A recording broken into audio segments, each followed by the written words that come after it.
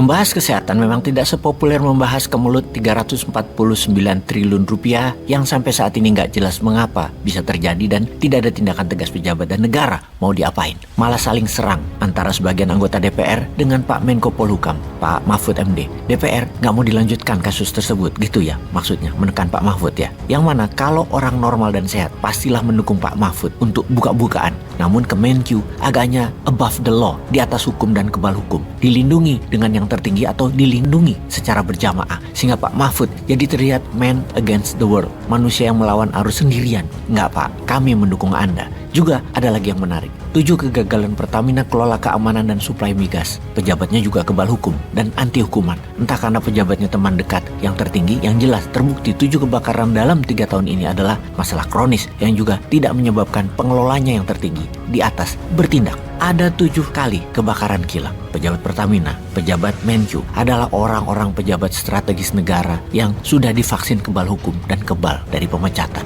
Kebakaran Depo Pelumpang malah rakyat yang dikorbankan dan rakyat yang disalahkan. Hanya salah satu direktur Pertamina yang dipecat untuk cuci tangan bos BUMN dan pejabat tinggi Pertamina kayaknya. Kita lampirkan fakta data. 2020 April, Cepu meledak. 2021 Maret, Balongan meledak. 2021 Juni dan November, Cilacap meledak. 2022 Maret dan Mei, Balikpapan meledak. 2023 Pelumpang meledak. Sebentar, Maret akhir ada 2 kebakaran, yang satu di kapal BBM Pertamina dan kemarin kilang minyak Dumai Riau. 9 ya jadinya. Tapi sudahlah, kita bahas yang nyata lainnya, yang tidak sehat, yang tidak benar agar jadi terbuka dan jadi lebih baik kalau pejabat tertinggi peduli dan masyarakatnya peduli. Kita ke masalah kesehatan, di mana kita ingin perbaikan kinerja kesehatan masyarakat melalui RSUD ke depannya. Mengapa? Data kesehatan masyarakat Indonesia, di mana 99% atau sebagian besar rakyat Indonesia yang 280 jutaan tersebut memperoleh pelayanan kesehatan dari RSUD, puskesmas, dan rumah sakit pemerintah. Yang menjadi permasalahan adalah RSUD ternyata sulit berkembang karena hambatan politik, baik politik pusat maupun politik daerah. Maksudnya bagaimana? RSUD yang notabene statusnya adalah BLUD atau Badan Layanan Umum Daerah dianggap sebagai sapi perahan penghasilan bagi tiap daerah. Tidak ada otonomi dalam RSUD untuk mengembangkan pelayanan kesehatan dan penambahan fasilitas karena diikat oleh perda masing-masing daerah. Segala keputusan harus mendapatkan persetujuan dari kepala daerah. Bayangkan di era otonomi daerah seperti sekarang, kebijakan kesehatan dan pendidikan saling bergantung dari visi masing-masing kepala daerah. Sulit menemukan kepala daerah yang memberikan otonomi kepada RSUD untuk berkembang dan meningkatkan pelayanan kesehatan dan mengejar ketertinggalan teknologi di daerah karena keuntungan yang diperoleh rumah sakit lebih diutamakan untuk dijadikan penghasilan tambahan bagi daerah atau pejabat terkait di daerah daripada dipakai untuk memenuhi pemenuhan fasilitas dan infrastruktur alat kesehatan di rumah sakit. Padahal dana yang didapatkan rumah sakit dari BPJS juga tidak banyak, namun tetap diambil untuk penghasilan daerah. Masalah berikutnya, direktur dan kepala bidang pejabat struktural rumah sakit dipilih bukan karena kompetensi, tapi karena kedekatan dengan kepala daerah. Apa karena ada setoran ke kepala daerah ya? Gua nggak tahu juga tuh. Selain jabatan, rekrutmen kepegawaian di RSUD sering ada jual beli atau nepotisme dan tidak transparan. Jarang sekali daerah memberi dana kepada RSUD untuk berkembang, alih-alih memberikan kepala daerah malah mengambil keuntungan sebesar-besarnya dari rumah sakit dan memotong hak para nakes yang bekerja di rumah sakit. Proyek pembangunan dan pengadaan sering dimainkan oleh kepala daerah dan kroninya, sehingga mangkrak. Yang parah, tekanan dari kepala daerah membuat jasa pelayanan kepada dokter spesialis, dokter umum, dan nakes lainnya menjadi tidak berkeadilan, sehingga melemahkan retensi dokter di daerah. Jika kesejahteraan para nakes di daerah sulit didapat, mustahil untuk mendistribusikan